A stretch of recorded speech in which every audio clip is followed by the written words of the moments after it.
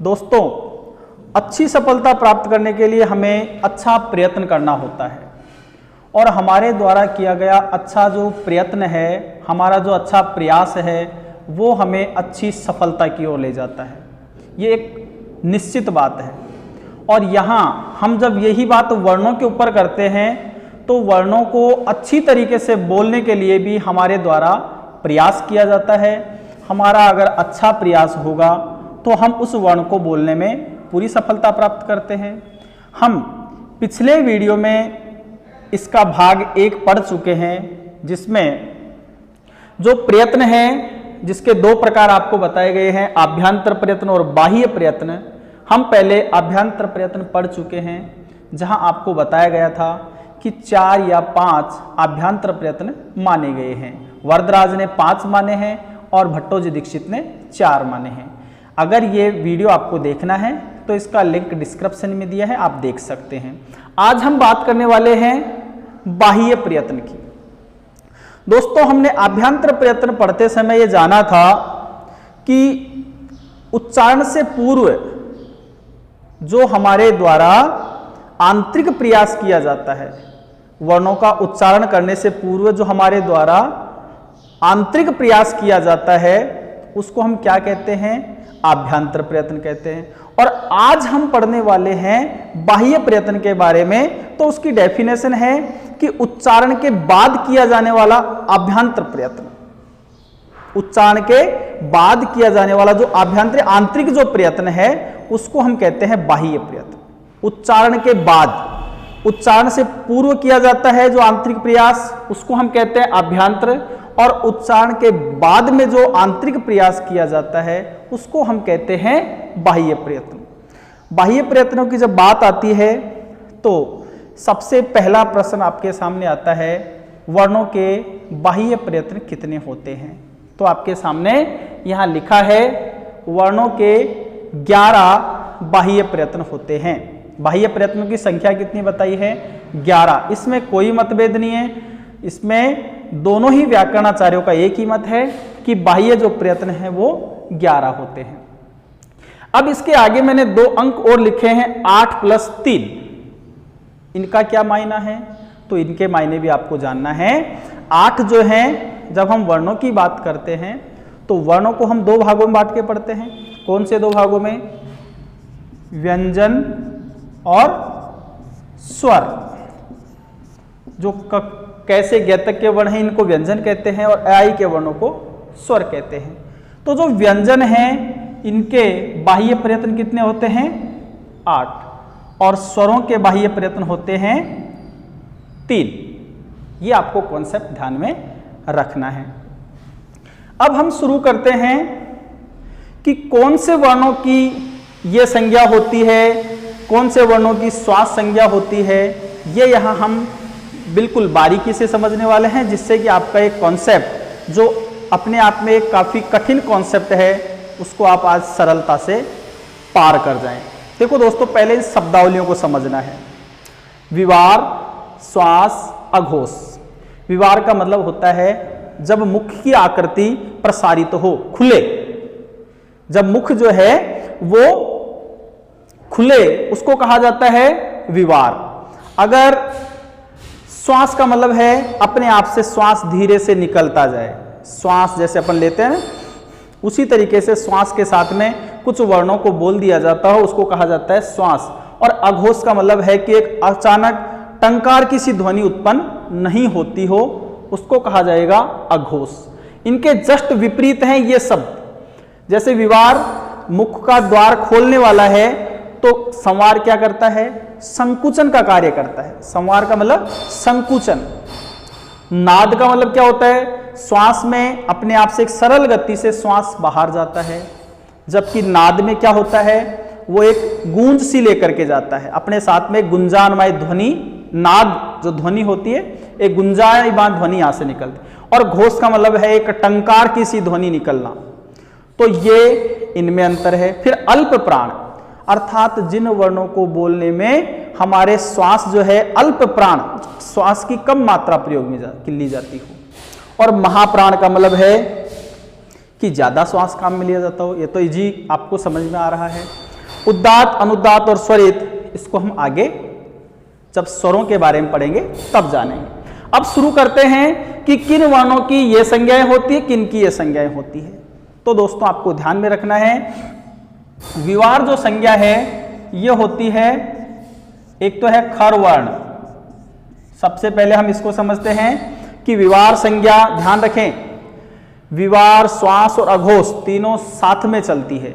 जिन वर्णों की विवार संज्ञा होती है उसकी श्वास संज्ञा भी होती है और उसकी अघोष संज्ञा भी होती है। ये आपको कॉन्सेप्ट ध्यान में रखना है। ये तीनों साथ में चलेंगे, इसलिए मैंने अलग से लिखा है। ये तीनों एक साथ चलने हैं और ये जो हैं वो दोनों अलग अलग चलने हैं। तो ये आपको ध्यान में रखना होगा। तो खर वर्ण एक तो ये हो गया, दूसरा है खर वर्णों के साथ में जिह्वा मूलीय। खर वर्ण, अभी आपको हम बताएंगे कि कौन से वर्ण खर वर्ण होते हैं। जिह्वा मूलीय, इसके साथ में उपपदमानीय और यम। यहां यम में ध्यान रखना, पहला और दूसरा जो यम वर्ण है, यम पहले, दूसरे, तीसरे 4 वर्णों को होता है, लेकिन यहां यम का पहला और दूसरा वर्ण है उनकी यह संज्ञा होती है। ये जो चारों संज्ञाएं हैं, चारों प्रकार के वर्ण हैं, इनकी विवार, श्वास और अघोष संज्ञा होती है। अब इनको थोड़ा डिटेल में समझते हैं। सबसे पहले समझते हैं हम खर वर्णों को। खर का मतलब है सभी वर्गों के कौन से वर्ण आ जाएंगे खर में, पहला वर्ण और दूसरा वर्ण। खर वर्णों में कौन कौन से आते हैं, पहला वर्ण और दूसरा वर्ण, वर्गों के पहले दूसरे वर्ण, इसके अलावा तीनों सकार, तीनों सकार, इनकी कौन सी संज्ञा होती है, खर संज्ञा होती है। अब पहले और दूसरे वर्ण कौन से होते हैं, क पहला वर्ण है, ख दूसरा वर्ण है, इसी तरीके से च और छ, इसी तरीके से ट, ठ, त, थ, प, फ, ये जो पहला और दूसरा वर्ण है इनको खर के अंतर्गत आते हैं। और तीनों सकार ये भी किसके अंतर्गत आते हैं, खर के अंतर्गत आते हैं। और खर के अंतर्गत आने वाले सभी वर्णों की कौन सी संज्ञा होती है, इन सभी वर्णों की विवार संज्ञा भी होगी, इनकी श्वास संज्ञा भी होगी और इनकी अघोष संज्ञा भी होगी। कैसे प्रश्न बनते हैं वो मैं आपको लास्ट में बताने वाला हूं। तो पहली बात तो हुई खर वर्णों की, जो ये सारे वर्ण खर हैं, इनकी विवार, श्वास और अघोष संज्ञा मानी गई है। अब इसके आगे जिह्वा मूल्य की बात करें। जिह्वा मूल्य में आपको पता है क और ख, इन दोनों वर्णों के आगे ये अर्ध विसर्ग अगर चिन्ह आता है तो इनको कहा जाता है जिह्वा मूल्य। अब आपको पता है क और ख इनमें आते हैं, इसलिए इनको जिह्वा मूल्य को भी किसमें गिना गया है, विवार, श्वास और अघोष में गिना गया है। इसी तरीके से उपपदमानीय अर्थात प और फ के पहले क्या आ जाए, ये अर्ध विसर्ग मात्रा अगर आती है, चिन्ह आता है, तो ये क्या हो जाते हैं, उपपदमानीय हो जाते हैं। तो जिह्वा मूल्य वर्णों की और उपपदमानीय वर्णों की भी क्या होती है, विवार संज्ञा होती है, इनकी श्वास संज्ञा भी होती है और अघोष संज्ञा भी होती है। ये कॉन्सेप्ट क्लियर हो गया। अब बात करें यम की। यम 4 होते हैं, पहला, दूसरा, तीसरा और चौथा वर्ण, वर्गों के पहले, दूसरे, तीसरे और चौथे वर्ण। इनके पहले अगर आधा वर्ण आता है, 2 बार आधे आधे वर्ण आते हैं, तो अंतिम वर्ण को यम, ये मैंने जो आपको वर्ण गिनाए थे त्रिषष्टि, चतुष्षष्टि वाला 63 या 64 में, वहां ये कॉन्सेप्ट मैंने समझाया है। तो यहां यम यानी जो 4 यम होते हैं उसमें पहले और दूसरे नंबर का जो यम है क और ख, जो यम का भाग है वो इसके अंतर्गत आ जाता है। तो ये इतने जो वर्ण हैं, इन सभी वर्णों की कौन सी संज्ञा होती है, इन सबकी विवार संज्ञा भी होती है, इनकी श्वास संज्ञा भी होती है और इनकी अघोष संज्ञा भी होती है। ध्यान रखें, जिसकी किसी भी वर्ण की इनमें से अगर विवार संज्ञा होती है तो उसकी श्वास और अघोष संज्ञा भी होगी। ये तीनों एक साथ चलते हैं। अब इससे आगे बढ़ते हैं दोस्तों। अगर इसका हम प्रयोग करते हैं, जो पहले वाले ध्यान रखना, इसके ये प्रयोग दशा के अंदर बाह्य जो प्रयत्न इसका है अलग से उसमें से 3 प्रयत्न, विवार, श्वास और प्रयोग दशा के अंदर हमने जान। इसका अब बात करते हैं एक अलग से अभ्यंतर प्रयत्न हो जाता है, अर्थात ऊपर वाले के यानी हम जब व्यवहार में इसको लाते हैं जो वर्ण शेष रह जाते हैं संवृत सारे वर्ण किस में आ जाते हैं। और अगर इसको व्यवहार में नहीं लाया जाए, सिर्फ एक आप कल्पना मात्र के लिए या एक जो है लिखने मात्र के लिए प्रयोग करते हैं, तो वहां ये विवृत ही रहा है। ध्यान रखना, सभी वर्गों ये से वर्ण आ जाते हैं। समृत संज्ञा कब होगी? तीसरे, चौथे जब ये और पांचवें आकार प्रयोग दशा में लाया जाएगा। तीसरे, अर्थात प्रयोग दशा में इस आकार की ही क्या हो जाती है? इसके अलावा समृत संज्ञा हो जाती है। सिर्फ ए की, आकी नहीं होगी, ध्यान रखना। सिर्फ ए जो है इसके लिए स्पेशल यहाँ समृत का प्रयोग किया है कि ये ए पहली बात तो अगर प्रयोग में लाया जाता है, सभी जो वर्ण हैं जब हम प्रयोग कौन सी संज्ञा होती है दोस्तों? प्रयोग दशा में संवाद लाते हैं तो इसकी समृत संज्ञा होगी और हो जाती है। घोष संज्ञा 5 हमने देखा। इसके अलावा वहां हमारे बच गए थे यमक आ गए, विवृत में सविस्वर आ गए, विवृत में और चौथा वर्ण है वर्ण आ गए, और समृत सिर्फ एक ही होती है संज्ञा, और वो भी कब होती है? जब हम उस आकार को प्रयोग जो में हमारे पूरे व्यंजन हैं उनको हमने तो ये क्लासिफिकेशन था। एक भाग था कौमुदीकार, हमने कहा दराज के अनुसार। और जो हमारे दूसरे व्याकरणाचार्य हुए हैं जिनका नाम है, आ गया पहला, दूसरा वर्ण और भट्टोजी दीक्षित। भट्टोजी दीक्षित ने सकार इसमें परिवर्तन किया में आ गया, 5 को उन्होंने 4 में बदल दिया। तीसरे, चौथे और बदला किसको है और वो इसके अलावा पहले इसको अच्छे से समझ लें, ध्यान से देख लें। अब मैं इसमें जहां परिवर्तन हुआ है, एक तो ये बड़ा सा आपको बता, यहाँ जो विभाजन किया है उसके अंदर इस विवृत और ईसद विवृत को उन्होंने एक ही माना है। विवृत पहले और दूसरे वर्णों में होती है, इसलिए पहला और दूसरा खर के साथ दिया है। इन दोनों का जो अलग भेद किया था, से जो यम वर्ण और ईसद विवृत की संख्या है, उस वर्णों को ईसद विवृत कहा गया था। इसमें वर्ग का पहला दिया और उन्होंने कहा ये दोनों में एक ही समान, तो पहले दूसरे वर्ण यहाँ किसके साथ किया जाता है? के साथ। अब देखो और तीसरे जो दीक्षित के अनुसार इसका जो क्लासिफिकेशन है उसको समझ लें। सीधा सा कॉन्सेप्ट है। तो ये आपको ध्यान में रखना है कि जो वर्ण इनमें नहीं आएंगे वो इसमें स्पष्ट और ईसद स्पष्ट, एक बड़ा सा अंतर यहाँ देखा। भट्टोजी दीक्षित ने भी एडिटिव माना है, सीखा।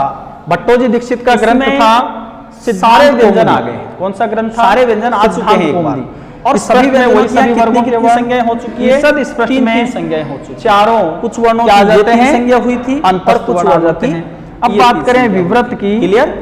3 संज्ञा हमने तो विवृत दोनों वर्णों की यहाँ कर ली है, सभी स्वर। अब बात करें इससे आगे वाले की, अर्थात 9 स्वर तो हो गए। देखो आप अल्प प्राण और महाप्राण, ये भी एक अलग प्रकार का चार जो डिवाइडेशन यहाँ किया गया है।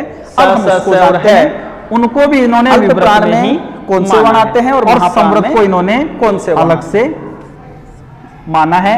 अ जो है इसकी देखो अल्प प्राण के अंदर अगर हम बात प्रयोग दशा में की तो वर्गों के जो पहला, तो यहाँ इनका अंतर आपको समझ में आया। सभी वर्गों का सीए सिद्धांत कौमुदी के अनुसार है, लघु सिद्धांत कौमुदीकार ने 5वां वर्ण बताए थे होती है सिद्धांत कौमुदीकार संज्ञा। और इसके अलावा क्या बचते हैं?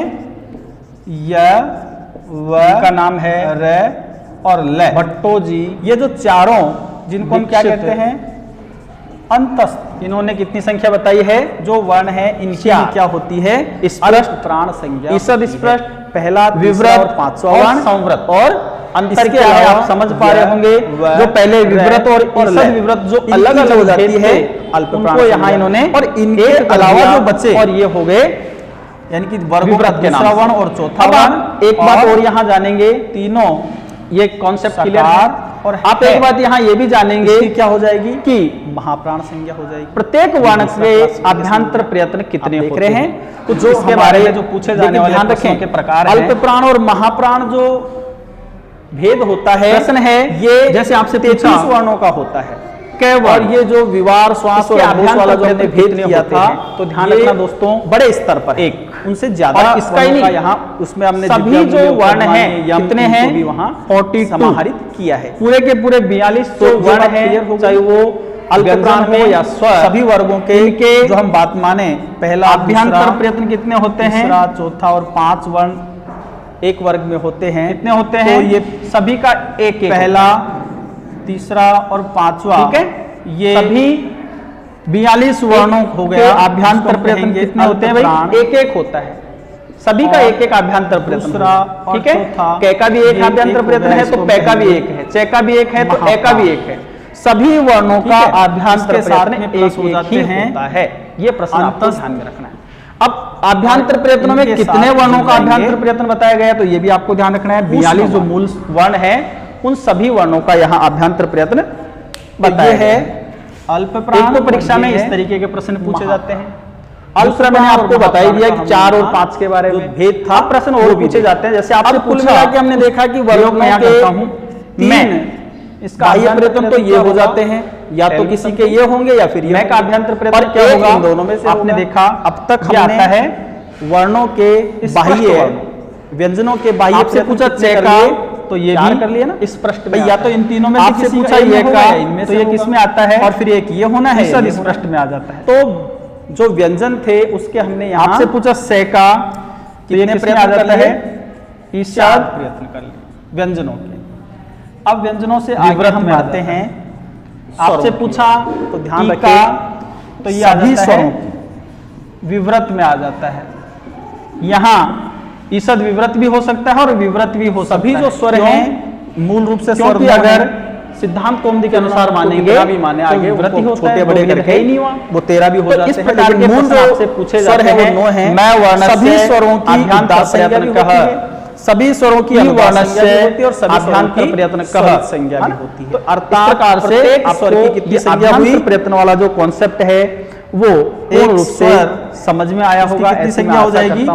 आप अभ्यास करें, कठिनाई आने पर आप होते हैं कमेंट्स में 3 के बारे में लिख के बताएं। मैं निश्चित रूप से आपकी समस्याओं का समाधान करूंगा। अब यहाँ बात करें और भी वीडियो जो आपके उद्दात का मतलब होता है संस्कृत से जब हम इन स्वरों को वो मैंने तालु आदि ऊपरी भाग से चैनल पर डाल रखे हैं, ऊंचा उठा करके बोलते हैं ऊपरी भाग से, वहां जाकर के तो ये स्वर कर सकते हैं, चाहे वो ए हो, ई हो, कोई सा भी स्वर हो, हम उसको ऊंचे भाग से बोल सकते हैं, उसको नीचे भाग से बोल सकते हैं और उसको समाहारित यानी समान भाग से भी। दोनों के उद्दात और अनुदात के बीच का जो भाग होता है वो होता है स्वरित, तो हम मीट से भी बोल सकते हैं।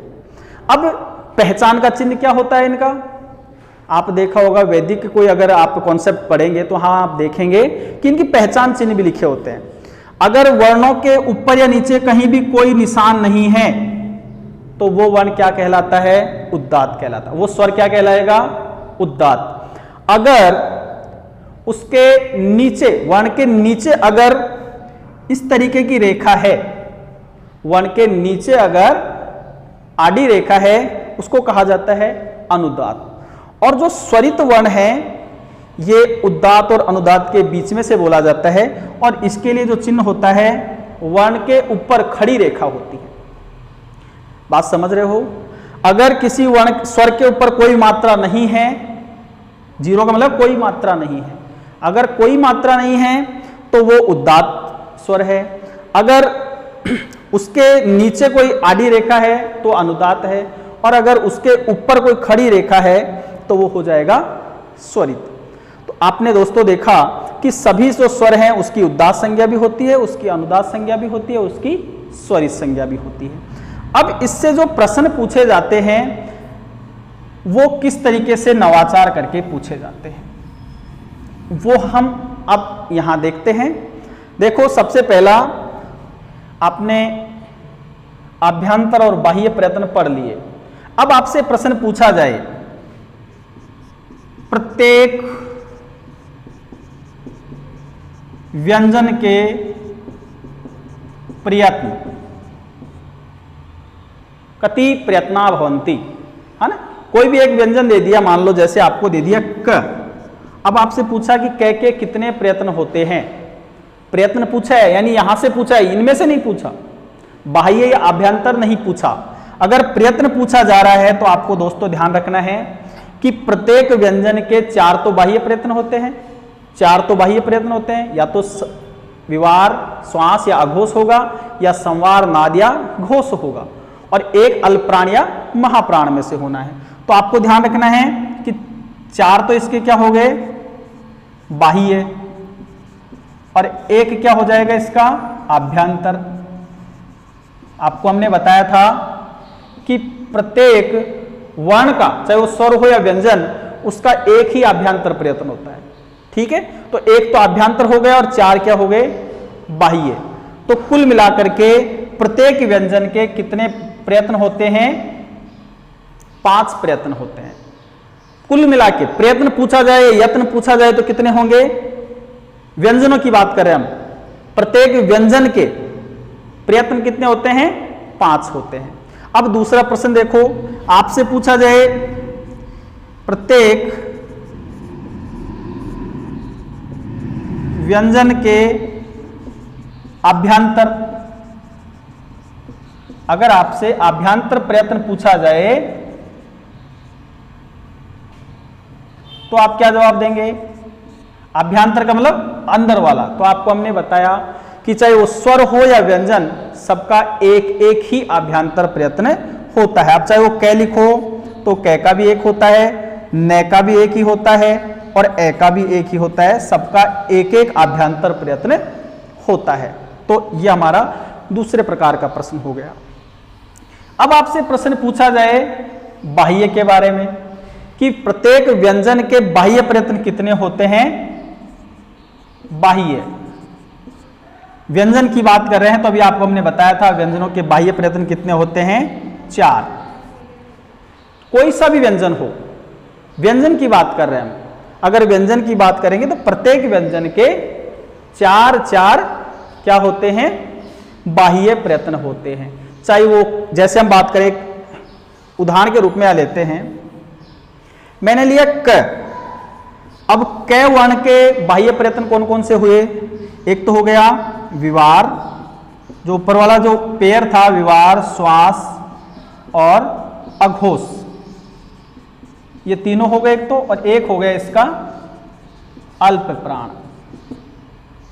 4 हो गए इसके बाह्य प्रयत्न, विवार, श्वास और अघोष तीनों का एक जोड़ा था और हमने देखा था खर में ही आता है। और अल्प प्राण, पहला, तीसरा और 5वां वर्ण अल्प प्राण होता है, तो पहला वर्ण है, तो इसकी कौन कौन सी संज्ञा हो गई, ये हो गई। अगर हम एक दूसरा वर्ण लेते हैं यहां, जैसे हमने लिया ग।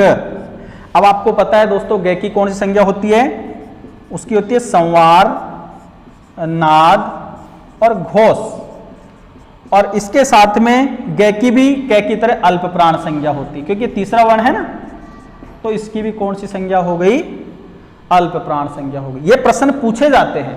ग वर्णस्य बाह्य, ग वर्णस्य बाह्य प्रयत्न से समुचित प्रकारक है। अब उसमें से आपको यहां ग लिख दिया, नीचे आपको 4 दे देंगे, संवार, नाद, घोष, अल्प प्राण, संवार, नाद, घोष, इसके साथ में महाप्राण जोड़ दिया। तो ये आपको बिल्कुल कॉन्सेप्ट बिल्कुल बारीकी से मैं समझा रहा हूं, आपको भी बारीकी से समझना है। अब तक बात करी थी हमने व्यंजनों की, अब बात करते हैं हम स्वरों की। तो सबसे पहले बात करें स्वरों के प्रयत्न, कितने प्रयत्न होते हैं स्वरों के, तो सभी, चाहे व्यंजन हो या स्वर हो, उसका आभ्यंतर प्रयत्न एक ही होता है। तो एक तो हो गया आभ्यंतर, ठीक है, और प्रत्येक जो स्वर है उसके बाह्य प्रयत्न कितने होते हैं, 3, उदात्त, अनुदात्त और स्वरित, तो 3 ये हो गए बाह्य। तो कुल मिला के कितने हो गए दोस्तों, 4। अगर प्रश्न ये बनता है कि प्रयत्न कितने होते हैं स्वरों के प्रयत्न, तो प्रयत्न में तो दोनों आ जाते हैं ना, तो दोनों अगर एक साथ पूछते हैं तो 4। अगर आपसे पूछा जाए, इस प्रयत्न के अंदर आपसे पूछा जाए कि स्वरों के आभ्यंतर प्रयत्न कितने होते हैं, तो आभ्यंतर में आप क्या कर दोगे, सिर्फ एक को ले लोगे, आभ्यंतर प्रयत्न तो एक ही होता है। अगर आपसे पूछा जाए कि स्वरों के बाह्य प्रयत्न कितने होते हैं, तो आपको पता है एक तो आभ्यंतर है और 3 बाह्य है, तो 3 ही आ जाएंगे। कॉन्सेप्ट क्लियर हो रहा है आपके। अब आपसे यहां से भी जो प्रश्न आपके पूछे जाते हैं वो देखें आप किस तरीके से पूछे जाते हैं। ई वर्ण दे दिया और ई की सही क्रम कौन सा है, कौन कौन सी संज्ञाएं होती है, तो आपको दे दिया उदात्त, अनुदात्त और विवार। ये 3 का जोड़ा दे दिया। फिर उदात्त, अनुदात्त और इसके साथ में संवार जोड़ दिया। एक उदात्त, अनुदात्त और स्वरित जोड़ दिया। तो सही क्या होगा? ई की उदात्त, अनुदात्त और स्वरित वाला जो इसका सही आंसर होगा उदात्त, अनुदात्त और स्वरित। और आभ्यंतर प्रयत्न कौन सा होता है? ई का। प्रश्न ऐसे भी पूछे जाते हैं, ई वर्ण से आभ्यंतर प्रयत्न कहा। ई का आभ्यंतर प्रयत्न क्या होता है? कहां से बोला जाता है ई? तो सभी स्वरों के लिए हमको बताया गया था विव्रत। आभ्यंतर प्रयत्न कौन सा होता है? विव्रत। तो दोस्तों यहां मैंने काफी डिटेल में ये सारी बातें आपको बताई है। वर्णों के पिछले वीडियो लेक्चर में मैंने आपको बताया था आभ्यंतर प्रयत्नों के बारे में। आज के इस वीडियो में हमने सीखा है बाह्य प्रयत्नों के बारे में। ये दोनों एक दूसरे से काफी मेल भी रखते हैं, तो आपको अगर अब तक आपने पिछला वीडियो नहीं देखा तो वो भी देखना जरूरी है। साथ ही आपको वर्णों का जो क्लासिफिकेशन किया गया है उसका वीडियो भी मैंने डाल रखा है, लिंक डिस्क्रिप्शन में दे रखा है, आप उसको भी जरूर देखें। क्योंकि देखो वर्णों का जो ये सारा जो मायाजाल है वो एक दूसरे से जुड़ा हुआ है और इसको समझने के लिए एक दूसरे को सहसंबंध से समझना जरूरी है। दोस्तों धन्यवाद।